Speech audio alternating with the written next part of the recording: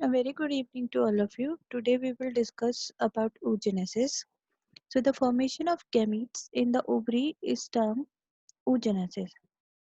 There is a big difference between spermatogenesis and oogenesis that spermatogenesis begins in males at puberty, but oogenesis begins in female before they are even born.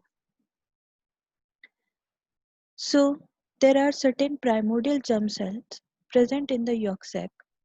So these primordial germ cells they migrated from yolk sac to the ovary when the female is in her fetus stage. These primordial germ cells undergo mitosis and as a result a diploid oogonium forms. These oogonium undergoes mitosis to form primary oocyte. When a female born, her ovary contains about 2 lakh to 20 lakh primary oocytes. These primary oocytes begins meiosis 1, but this meiosis 1 do not complete here, rather they freezes at the stage of prophase 1. This all happened when the female is in her fetus stages. So the ovaries of the female when she born contain primary oocytes in prophase 1 stage. Then during childhood, there is no development of oocyte or the follicle. Once the female attains her puberty, every month some primary oocytes starts developing. So these primary oocytes finishes their meiosis 1 and as a result two uneven cells form.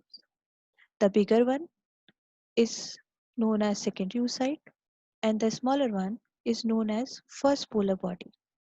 Since they are formed as a result of meiosis, so they are haploid in nature. This secondary oocyte again undergoes meiosis 2, but again this meiosis 2 do not finishes.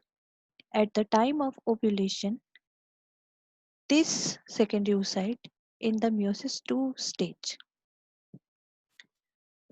When this secondary oocyte fertilizes the sperm, then only this meiosis finishes. On the other hand, this first polar body undergoes meiosis 2 and forms two smaller polar bodies. If fertilization takes place, then meiosis 2 finishes of the secondary oocyte and as a result again two uneven cells form. The bigger one is known as ovum and the smaller one is known as second polar body. After the fertilization of ovum with sperm, a diploid cell forms that is zygote.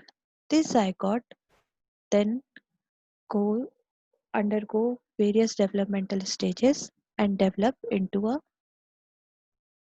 full grown human being. Thank you and have a nice day.